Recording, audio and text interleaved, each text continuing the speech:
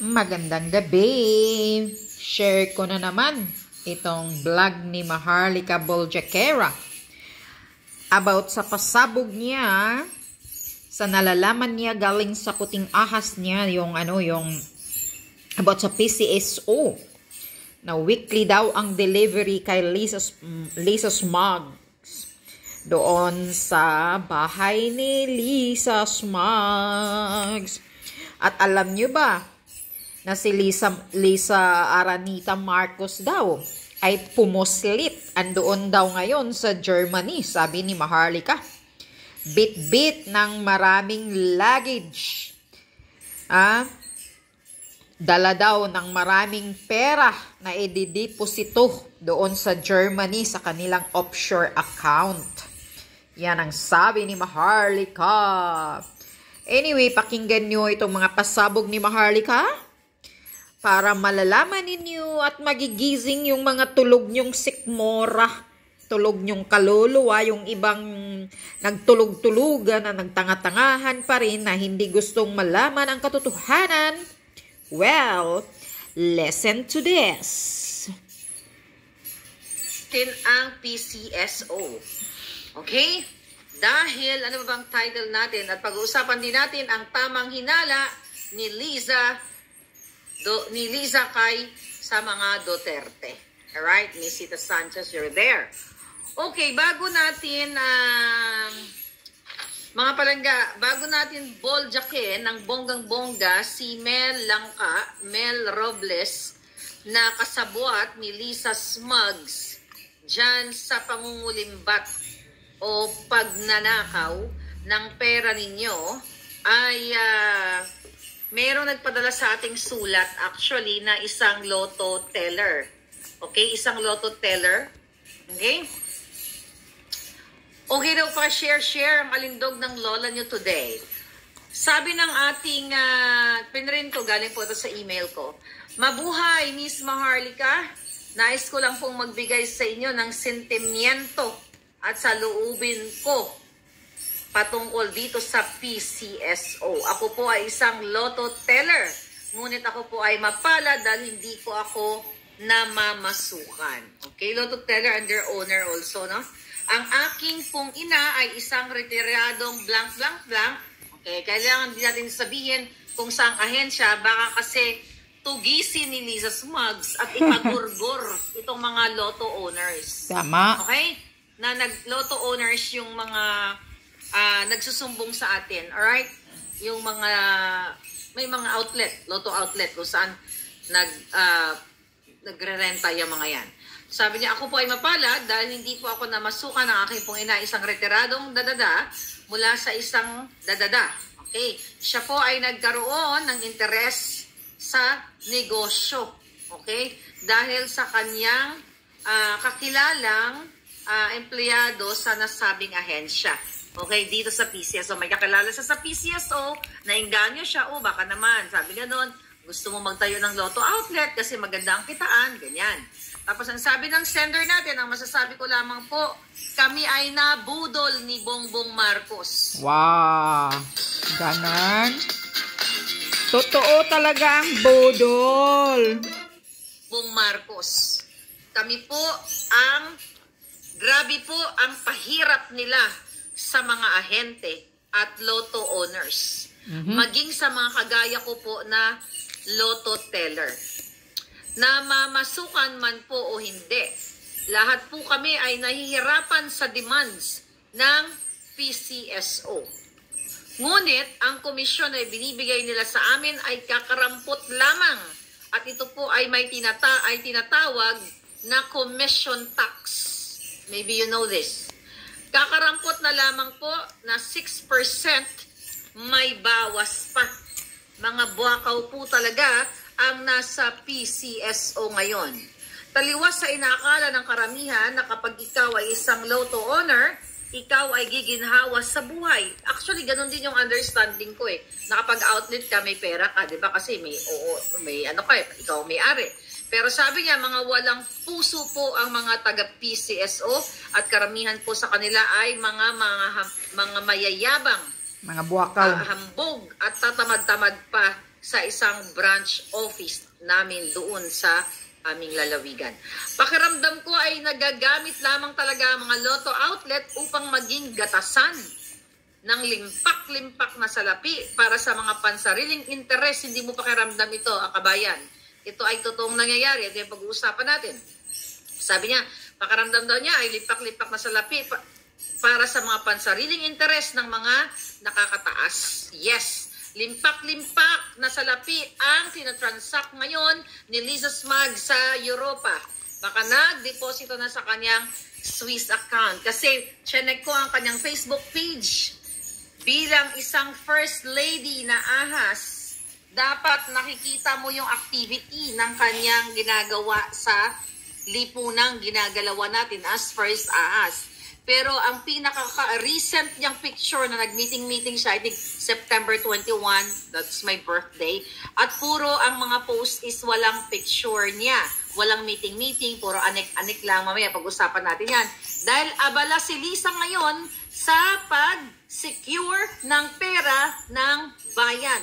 Yan ang katotohanan at karapatan ng bawat Pilipino. Nasa Pilipinas ka man, nasa Amerika, kahit sa Mars ka, na malaman mo ang galaw ng isang First Lady ahas o Mrs. President dahil sa bawat kembot niya, bawat pagnanakaw niya, bawat lipad niya, bawat lamon niya, ng bawat singhot niya, bawat laklak niya ng not marga, that's my drink, okay? Ng lahat martini ay pera ninyo. So karapatan ng taong bayan na malaman kung saang partikular na bansa si Liza Smags pumuslit para dalhin ang pera ninyo. Dahil asawa siya ni Kuting ng Norte. Pera ng Pilipino, hindi nyo pwedeng isekreto. Kung wala pang tumitimbre ng mga puting ahas sa immigration, hindi pa natin malalaman na ang buwaka ng inang Liza, Maria Luis Cacho Araneta, Marcos Smags, na isinusumpa ng impyerno at ng langit, ay abalang-abala sa pakikipagsabwatan para i-secure ang pera. We're talking sa PCSO pa lang. At di ba, na-vlog ko sa inyo, yung dalawang PCSO official ay, I'm not sure kung nandoon na ngayon sa Europa, sa Switzerland, sa Germany, kung saan man nila sinecure ang pera ninyo. So karapatan ng taong bayan na tanungin kung saan lumalaklak ng alak ngayon si Liza Ahas at bitbit ang pera na galing sa loto, galing sa bribe, galing sa smuggling at galing sa pulburon. Okay? Tuloy natin to. Nanggigigil na naman ako. Tuloy natin sulat ng ating kababayan. Sabi ng going back, sabi niya, ni benepisyo para sa mga ahente at teller ay wala po, Miss Maharlika. Wala kaming madamang pagpapahalaga. Ang kanila, basta sila ay kumita at yumaman. Grabe. Nanginayang po ako sa perang inilabas ng aking mga magulang.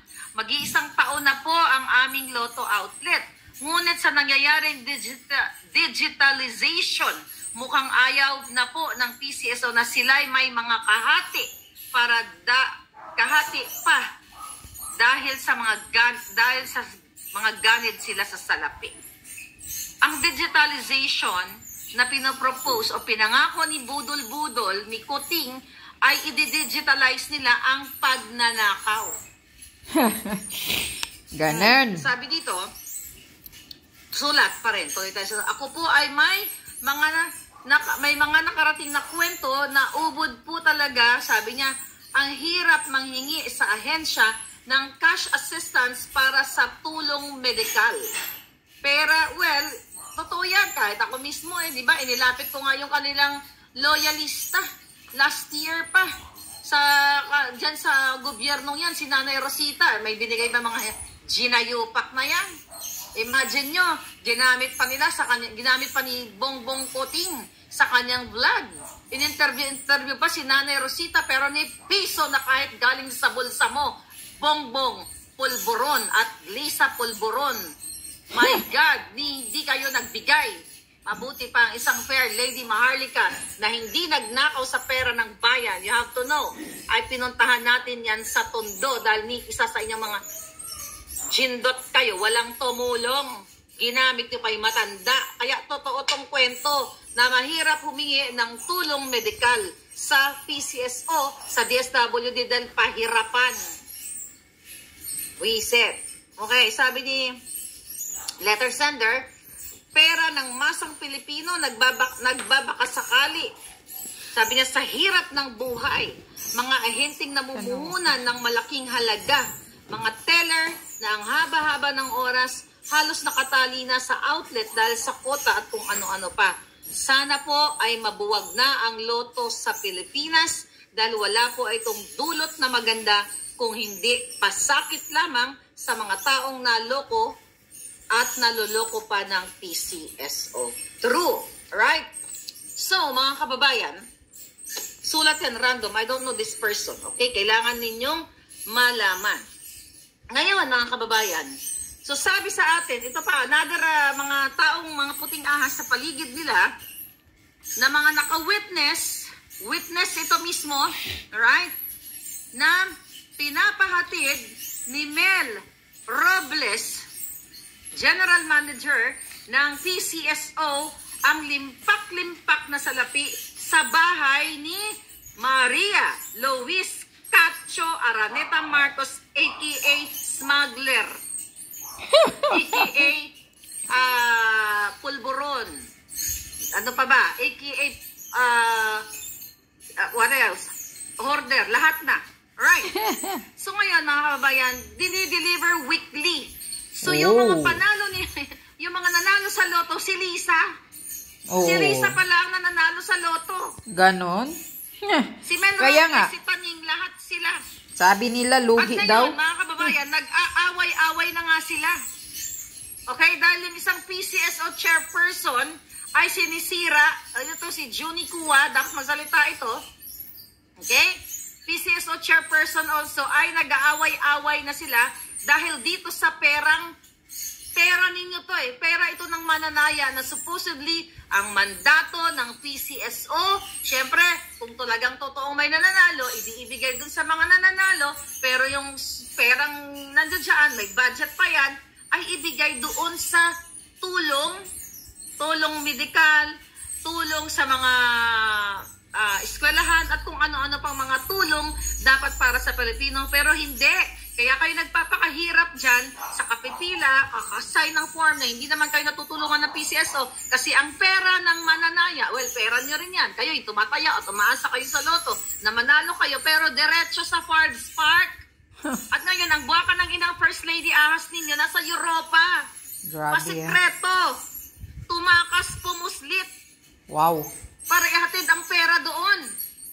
Itago nila. Kaya mabubulok kayo sa kahirapan. I'm telling you, Filipino people, kung hindi kayo magsasalita, mabubulok kayo sa kahirapan hanggang sa kaapu-apuhan ninyo. Kung papayagan nyo si Lisa na hinahakot ang pera, si Lisa si Koting. Tama. 10 na mga jejemonya o 50, isang daan na mga kasabwat niya.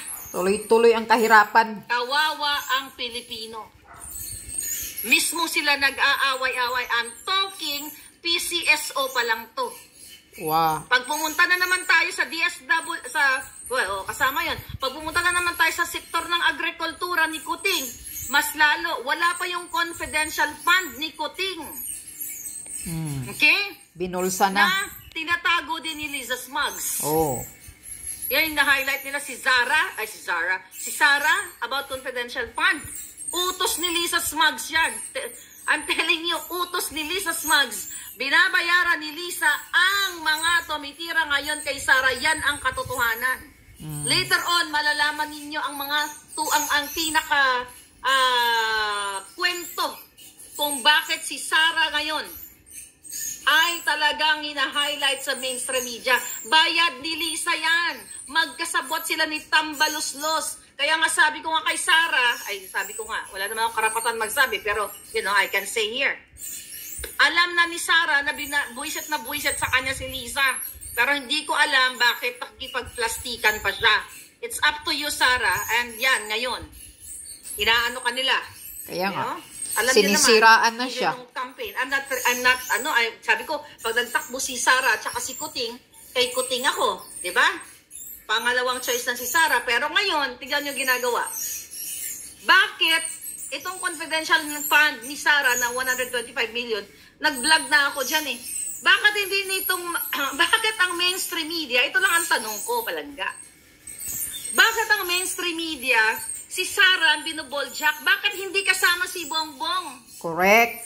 Eh, sino ba nag-decide na bigyan siya ng confidential fund? Si Kuting. Bakit ang confidential fund ni Kuting na dinadala ni Lisa sa Europa para itago niya sa offshore account nila ay hindi binuboljak ng mainstream media? Tama. Kaya sabi ko, kung silang dalawa, ang opinion ko dito, kung talagang si Sara ay may nakomit na pagkakamali, bakit siya lang, bakit hindi silang dalawa, kung talaga.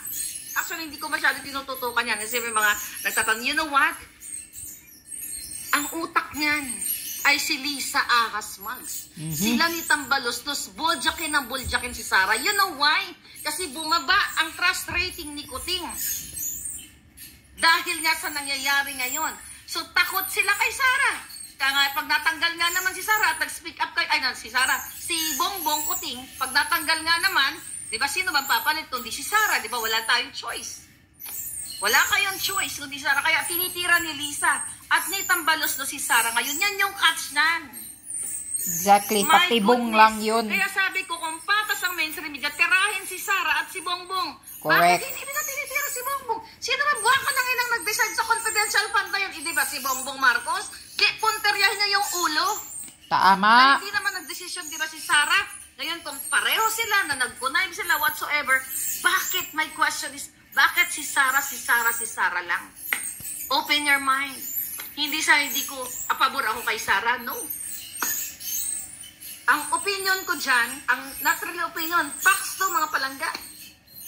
Si Kuting, galing sa kanya ang pera, bakit si Sara lang ang tinitira ni mainstream? Bakit hindi yung dalawa? Yung mainstream, pinapabango si Kuting. Pilit na pinapabango ng mainstream si Bongbong. Yung ngayon, yung pamimigay-migay ng buwaka ng ginang bigas na yan, na galing daw sa smuggling. Tapos sabi ko nga, bigay na, di ba, puro pabango. Pero si Sara, boljak. Sige, boljakin natin si Sara, puruhan natin si Sara. Yun nga eh. Din yung bigas na yun, sinasabi ko na sa inyo, di ba? Hindi man lang mapangalanan ni Kuting kung sino ang smuggler. Saan ka na nakakita? Buha ka ng Genemes. Nahuli mo na warehouse. Kaya nga, walang picture kung sinong smuggler. Yung bigas. Hindi mo alam kung sino smuggler. Correct. Oh my God, yung utak ninyo, gamitin ninyo mga kababayan. Ganun Yes. pa pag naghuli. Napakadali lang sa Pilipinas. Yung warehouse na to, kanino to? Check mo lang sa record kung totoong may particular, Maharlika warehouse kunyari. Nakakapaggawa nga si Lisa Smugs. Nakakapag-hire nga ng Intel firm para mag-create o mag-provide ng peking address against Maharlika. Diba? Yan pa, nasa kanila ang power. Hindi nila ma-extract, masabi kung sino ang pinagkuhaan nila ng hoard ng bigas na ngayon ay pinamimigay. And that's good na pinamimigay, pero may catch yan, mga Palangga. Ang ibang pinamimigay dyan, mga kababayan, alright? Sabi ni RC Lazag, yung address nyo, major effort mahanap, pero yung warehouse, wala. Exactly. Oh, ang ganda ng comment ni RL. Oh, highlight natin si RL. Tama ka, Palangga. R. Lazaro. Yes. Ang address, ang gawa ng address ko, nakita, pero ang smuggler hindi makita. Kaya nga, Oh. nakapagtataka. Anong eksena dito, mga Palangga? Panggagago so, nga eh. Nag-away-away sila. Balik tayo sa PCSO muna bago ko makalimutan. Okay? So ngayon, itong dalawang PCSO official ay kasabwat ni Lisa Smugs. Diba? Ang dahilan nila magpa-stem cell na mga giatay doon. Pero hindi, ang stem cell nila, pera ninyo. Anong ginawa ni Kuting kundi puro pictorial lang? July 24. Anong sabi niya? Bilang na ang mga smugglers. Ni kuko ng smuggler. May nakita kayo, ni kuko. Diba? Ni wala. Walang type kuko ng smuggler na ipinakita sa inyo. Alright? At isa pa, okay? Itong itong hayop namin, langka na ito, Robles, ng general manager, di ba sinabi ko na sa inyo na inignore niya, inisnab niya ang budget hearing, di ba? Yung hearing dyan sa Kongreso kung saan pinapaliwanag yung kanilang expenses na 340 million sa advertising, na sobra-sobra, 1,000 something percent, compare sa last year na 19 million lamang expenses, and the fact na 4 billion pa ang kinita. Imagine nyo, dito na lang, ulit-ulitin natin. Last year of 2022, part ng Duterte at Coting, syempre pumuporma pa lang sila, hindi pa sila transition pa lang, kaya hindi pa sila makanakaw ng bonggang-bongga, di ba? Transition 4 billion ang kinita ng PCSO. Kaya nga. Bakit ngayon? Panahon ni Duterte. At during that time, sige, i-consider natin yung pandemic na medyo lumuwag nung first quarter of the year 2022, hindi ba masyado? Nung pag-upo na ni Kuting, di ba, lumuwag na. Wala na masyadong eklabo sa pandemic, hindi na masyadong strict. Di ba, supposedly, marami ng pera yung tao pagdating ng 2022, 2023. Bakit ko nasabing maraming pera yung tao? Kasi back to work na, nakakatrabaho na sila, di ba? Kumikita na yung mga negosyo. So, ibig sabihin yung mga tao, kung dati ay tumataya ng loto nung during pandemic, ay konti-konti na kasi wala silang pera. Diba? Nung nag-open na ang mga komersyo, ang kalakalan sa ating lipunan, ay mas dumami yung pera. Baka 2022, 4 na bilyong piso ang kinita ng loto. At nung 2023, wala pang 1 bilyon, 900 million lang. Kasi ang pera, dapat ka mag-double pa ang kinita ng PCSO kasi nagbukas na ang merkado.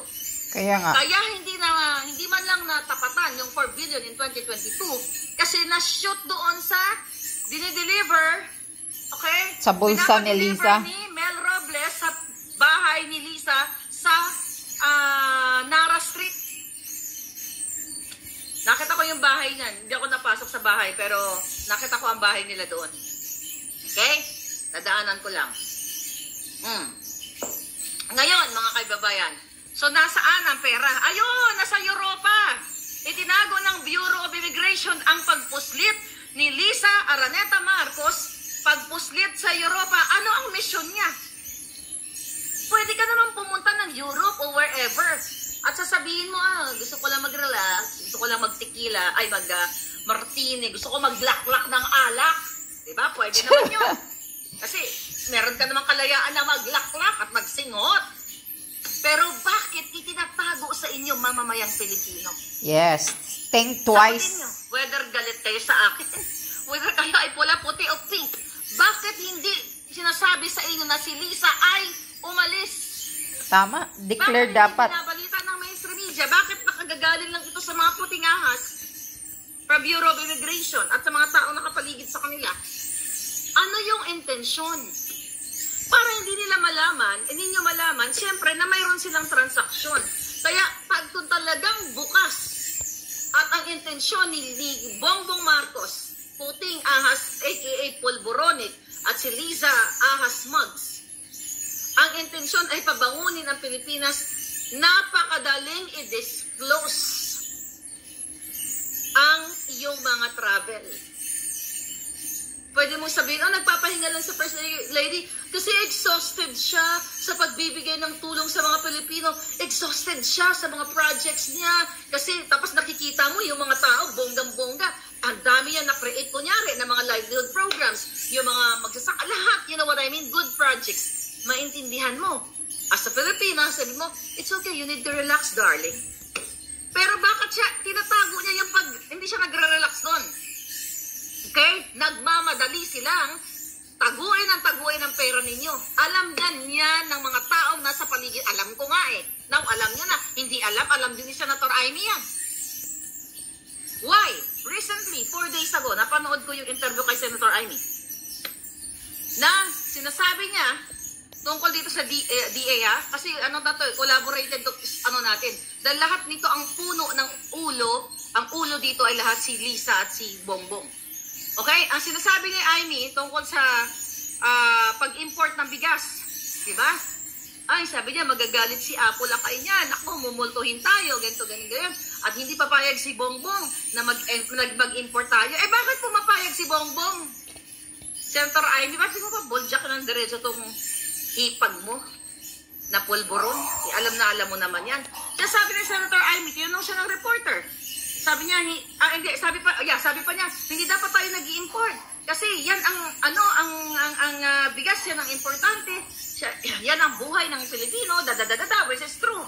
Diba? Ngayon, number 1 importer na tayo. Tapos sabi ng reporter, sa tingin nyo kaya, kay Amy, bakit nag-i-import? Tapos sabi ni Amy, sa tingin mo, syempre, sabi ni Amy, may pera sa importation. What is that mean? May pirang ibulsa. Amy, na ayaw, bumultuhin daw tayo ng tatay niya na Apple Akay pag tayo ay pag nag-import si Bongbong. At sinabi mismo ni Amy na may pera sa importation. Question, mga bulag. Sino ang nagdedesisyon para mag-import? Ako ba? Si Amy ba? Hindi.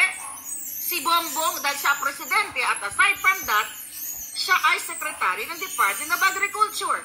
Correct. Sino kayo mumultuhin tayo? Hindi, yung kapatid niya. Enough for this multo-multo. Tama. Bakit hindi puruhan? Dinadamay pang ama nilang nalata na. Kasi may pera sa importation. If that's the case, yung kapatid niya ang secretary ng DA at siya pa ang presidente, ibig sabihin ang kapatid niya ang kikita at si Lisa dito sa importation, si Michael Ma, si Tambaluslos at lahat ng mga kasabwat nila sa DA and Bureau of Customs. Yes. That's it. Yan, mga palangga. Correct. Yan. Galing sa bunganga niya. Hindi naman galing sa akin. May pera sa importation. Kung hindi pipirmahan ni Kuting sa utos ni Lisa na pirmahan mo na yan, may kikita ba sa importation? Instead of what? Ngayon, anihan na ng ating mga farmers na alagaan ng ating mga magsasaka. Dahil yan ang pangako niya during the election eh. Diba? Bigyan ng patubig, bigyan ng lahat. Yan ang lahat ng kailangan nila. Imbis na i-deliver doon sa Nara Street, din dadali ni Lisa, patravel siya papuntang offshore account nila, papuntang Europa.